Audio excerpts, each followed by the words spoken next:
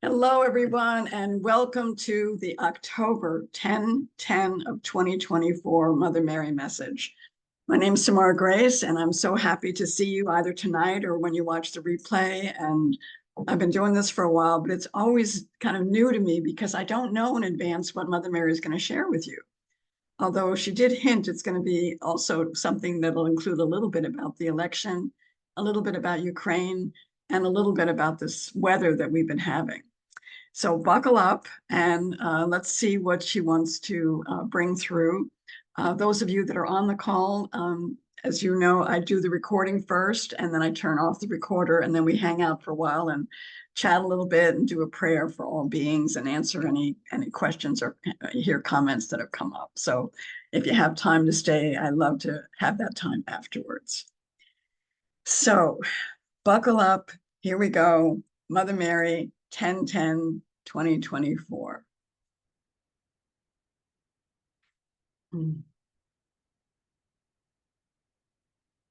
Well, hello, hello, hello.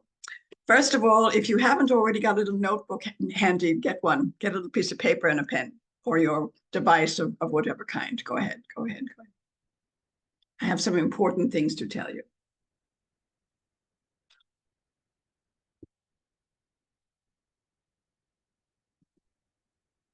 Many of you have been listening to me for a very, very long time, and I'm very, very grateful for that. And now it's so interesting. It's like what I want you to know is that you have this opportunity now and really for the rest of this year to shift your frequency. Yay! I hear some of you going, yay! And of course, when I speak about it, I mean shift your frequency to something even more harmonious, loving, peaceful, joyous, etc., etc., etc.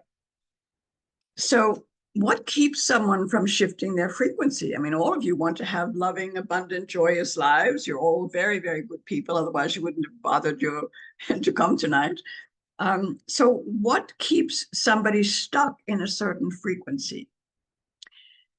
It's a pattern, a trajectory that began either sometime in a previous life or very early on in this life. And so again, what am I talking about? The first thing you have to think about, write down the word disparity. And ask yourself right now in your life, where is there a disparity between who you really feel you are to be, how you are to feel energetically, spiritually, emotionally, mentally, physically? Where's the disparity, if any? Is it in terms of money? Is it in terms of relationships? Is it in terms of friendship? Is it in terms of connection to a purpose or a job? Where's the disparity? And if you don't finish it tonight, don't worry, it'll occur to you, later on. But I want to give you kind of the outline. Because once you realize where the disparity is, the next piece is to realize, okay, if I want to change that, I have to take sort of full responsibility that I somehow, consciously or unconsciously, knowingly or unknowingly, have cooperated in creating this trajectory and therefore this disparity. And again, it's not about punishing yourself or saying you're terrible or anything like that. It's just realizing the power that you have has to sort of be now focused on and addressing where you might still be feeling this disparity. Where is this disparity? Is it in confidence? Is it in communication? Is it in self-awareness or self-valuing? It could be lots of different avenues. But it really is a source of your frustration. And it's like one of those itches that you can't seem to scratch. It just seems to keep cropping up in your life, sort of again and again and again. And you've done what you've done. You've meditated, you've gone to healers, you've listened to various courses, you've done everything you know how to do, but it hasn't seemingly really gotten to the root cause. So as I said, tonight's really about understanding that you have the power to change it, but you have to know what it is you want to change, right? And so it's also to realize whatever that is in you is also something in the world right now. So it's in you or about you or happening with you, so to speak, but it's also in the world. So when you do begin to take the time and the energy to understand this and to go journey back and fix it, and we'll talk about that in just a moment, it's going to feel amazing and freeing, but it's also such a gift to the world, such a gift to the world.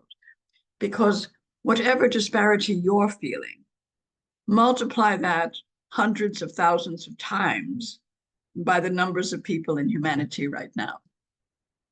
Everyone's experiencing some aspect of disparity.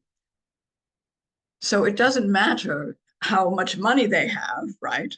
They may have a disparity in terms of feeling good about themselves or feeling like they have someone in their life that loves them or, whatever it is.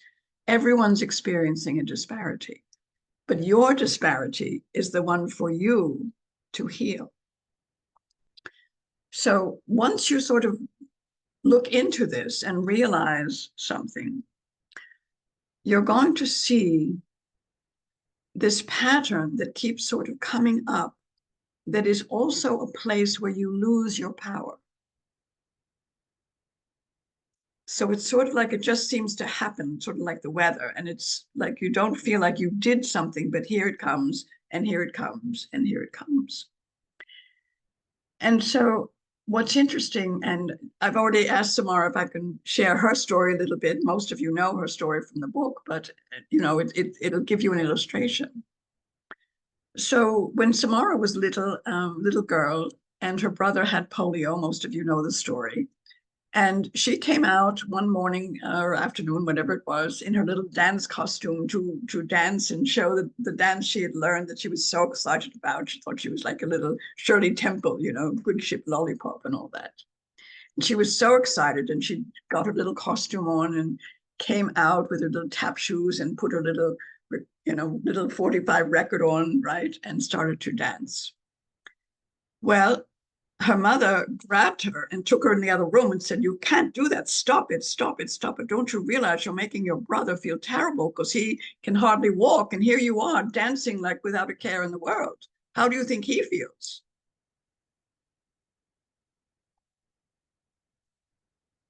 So for much of Samara's life, every time she would step into the spotlight, there was a feeling of, I better not. I better not be too bright. I better not shine as much as I can. Somehow my shining will cause pain or difficulty for someone else. And so she has worked on that. And here she is with her new website. And here she is on Zoom. So she is coming out of that, realizing that her mother meant the best. It's not about blaming her mother. Her mother wanted to protect Samara's brother. But you can see how something like that causes in a child a belief that they carry forward as a story that keeps being told again and again and again. And so oftentimes too, when Samara would go into different meetings or whatever, she would sort of hang back a little, like not wear her best dress, not, whatever, just again, this reluctance. And we've continued to work with her, and she's continued to work on it. And now she's wearing her nice blouse and pretty earrings, and it's all good. So she has healed this by recognizing what happened, recognizing again, not to blame anyone, but to just realize that that was a pattern that wasn't really true. It might have been true in that moment when her brother was, whatever, 6 or 7 years old, but it's not true for her lifetime. And so I offer this to you just so you have a place to reflect upon in your own lives, to realize something like that perhaps has caused a pattern for you of holding yourself back in some way from being all of who you really came to be. Now, once you discover that, and again, we realize not everyone can do it tonight in a few minutes, but once you discover this and realize, I don't want to live like that. There's a couple things you can do then. One of them is quite simply to forgive everyone involved. And of course, Samara's already done that with her mother and her brother and her father and everybody else, and forgiven herself for believing that for so many years and following that pattern for so many years. So within that, the next part after you forgive everybody is to do some ceremony to end it.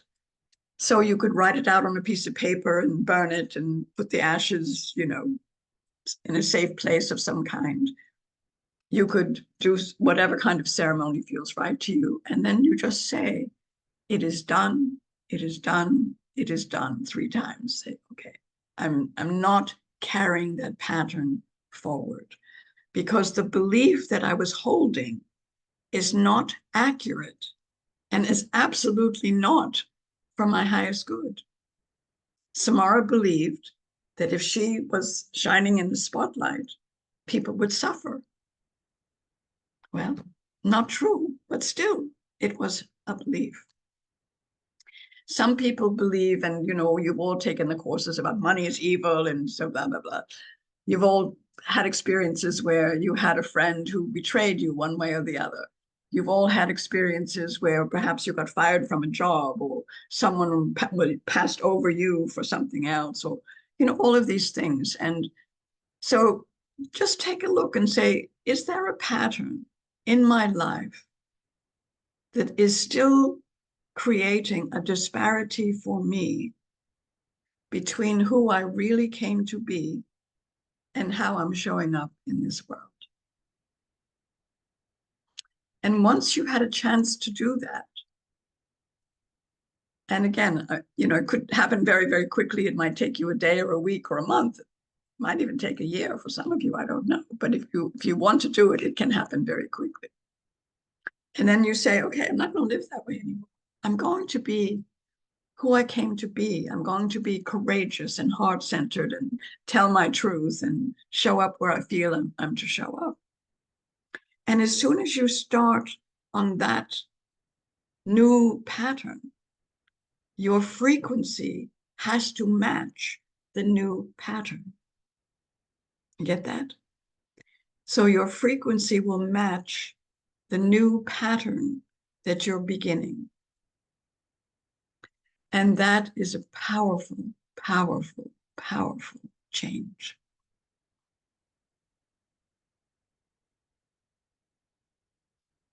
When I said that what's happening in the world is a reflection also of what's happening within each person, I want to go for just a moment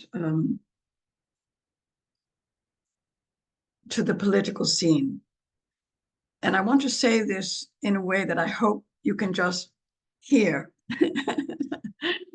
And that is that your choices in the US for president are based in a very simple pattern right now, whether or not you agree with everything in each candidate's portfolio of what they say they're going to do. Look at the character. Look at the character. Because in either case, there are going to be things that will happen that you won't like. But which one has the character that can best meet these changing times? And character comes from how you operate in the world. So again, I'm not saying that Kamala Harris is perfect. I'm not saying that the Biden-Harris campaign that's now the Harris-Walz campaign is going to be rainbows and unicorns and everyone's going to be prosperous and there'll be no more war and all of that. I'm not saying that. But what I am saying is when you look at someone like Mr. Trump, who is essentially in love with power because he doesn't feel powerful. So he keeps trying to do things and be with people that he believes will help him to feel powerful. And so choose what you choose. And as I said, neither one will bring you everything that you want. But in that choice, what I want you to see is the trajectory of each of those candidates. So from the time that Kamala Harris began her trajectory, she has worked in government. Again, I'm not saying she's perfect, but to really be a voice for the people. And the trajectory that Trump has been on from the beginning is power, grabbing it, grabbing it, grabbing it, because it doesn't stay, because he doesn't feel powerful. So do what you will. There is not yet a clear outcome. I can't predict the outcome because each of you have a choice, as do so many other people. But I invite you to realize that your vote does matter and that whoever is elected is going to follow the trajectory that they've already begun. So choose from that perspective. When it comes to Ukraine, it's really a similar mirror. You look at Putin and you look at Zelensky, and what do you see? You see Putin trying to overtake another country, regardless of men, women, children, killing everybody, bombing this and that. And you see Zelensky, who wanted to protect his homeland. And again, I'm not saying either one of them is without flaw, but look at their trajectory. And so if Trump is elected, he will again continue to befriend Putin, which means the end of Ukraine, which means the invasion of other countries, which means a lot of suffering. So there's a lot on the table. There's a lot on the table. And I seldom bring in political things because I know it's such a charged issue. But in this particular time that we're in, I want you all to take a look with clear eyes from this viewpoint of trajectory. Because what you can trust is that people will keep doing what they've been doing unless something stops them. So it's really that clear and that difficult and challenging. So coming back to you and to your trajectory and to your frequency, take a moment and think about next year at this time. So this is October the 10th of 2024, 10/10 of 2025. So if you have created a new trajectory for yourself, which of course is also a gift to humanity, how is your life different? What have you brought into your life that maybe isn't there right now? Or what have you let go of that perhaps you don't want to have in your life right now? Do you have more friends? Are you more engaged in some sort of social service of some kind? Are you healthier than you have been up until now? Are you more peaceful? Are you happier? Are you doing more in the world in the ways that you want to, whether that's walking on the beach or involved in prayer groups or whatever else, you know, you might want to engage in? And so it's like that future self, believe it or not, already exists. She's already here or he's already here, that future self. And when you decide to heal that past pattern trajectory and start out fresh, there's no longer this reaction, resistance, reluctance, regret between you, your heart, and that future self. And so it happens more quickly than you might think to be healthier. And it isn't, again, I think I want to talk so much about it isn't to say, oh, well, I'm exercising every morning and I'm doing this and I'm doing this and I'm doing that. If you are, that's wonderful.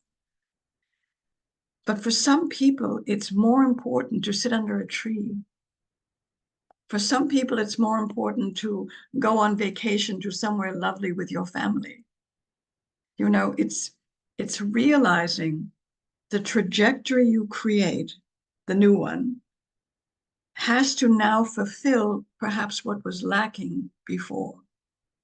And so begin to realize, what have I not given myself that would be glorious to have and to share and to be?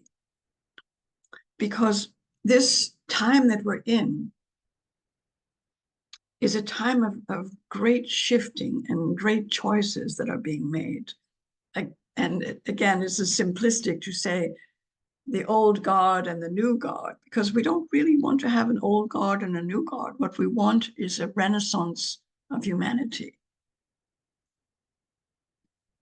You don't just need another boss, another president, another senator, another congressman or woman, where you just sit at home and then you think about what they did or didn't do that you liked or didn't like.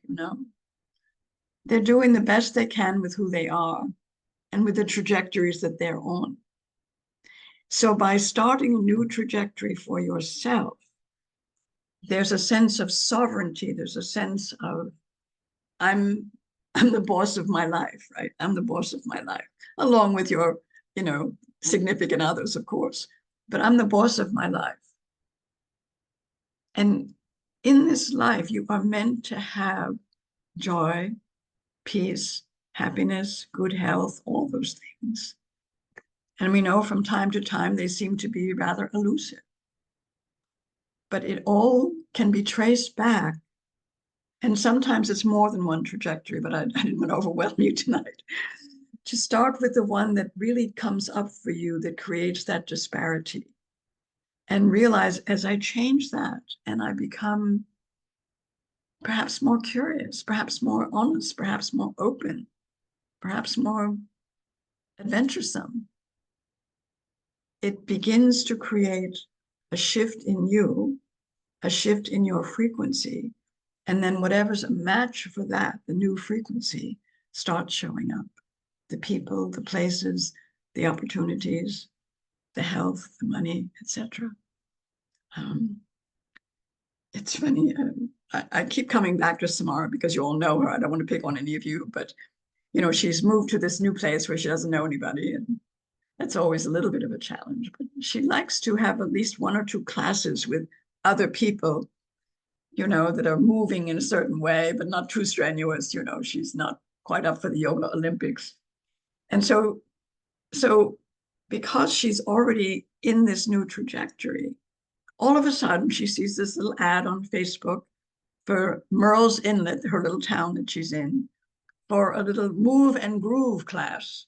And it's perfect time, 10:30. She's not a morning person for this, 10:30 in the morning. And the cost, $5. So she's in. In fact, she's going tomorrow morning again. And so it's sort of like that class has been going on, but she had to be in the right place to find it. And so just be with what would make your life even more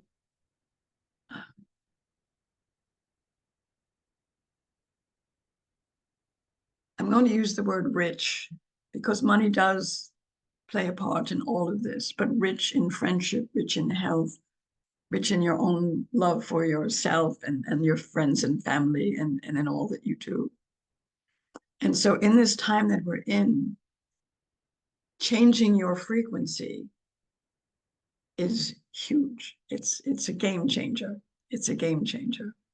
And so by just reaching back into the, the photo albums of the past and thinking about it for a little while, you're going to see what might be missing now. And of course, life has its seasons. Certain things are important at other times that aren't important now. But what would be enriching in your life now. And when you start to look into that and go for that, you're going to find it. And from that, I know I'm talking a little bit about both personal and universal. But one of the gifts is, of course, for yourself, absolutely. By the same token, the earth right now and humanity right now is like a merry-go-round, right? It's just crazy. There's not that still place, that still point in each person.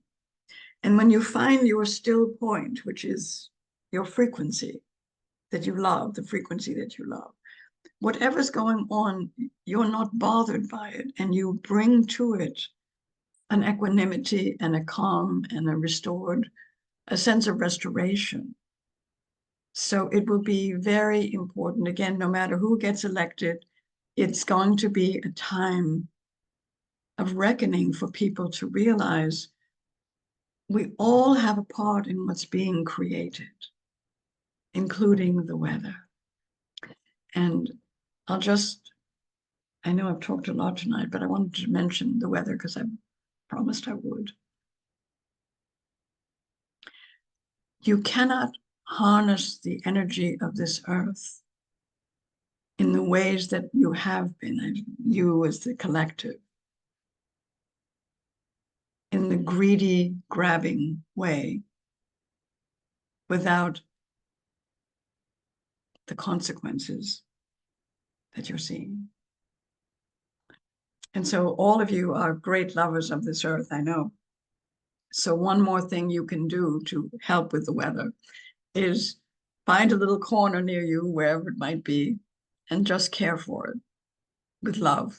Thank your trees and flowers and grasses and animals and all of that. Just keep saying, thank you, I hear you, I feel you. If there's a place that needs a little extra love, give it a little extra love every time you're walking, and especially with the water. As you've seen this year, it's been very much out of balance because, again, people don't realize your body is whatever, 80-some% water.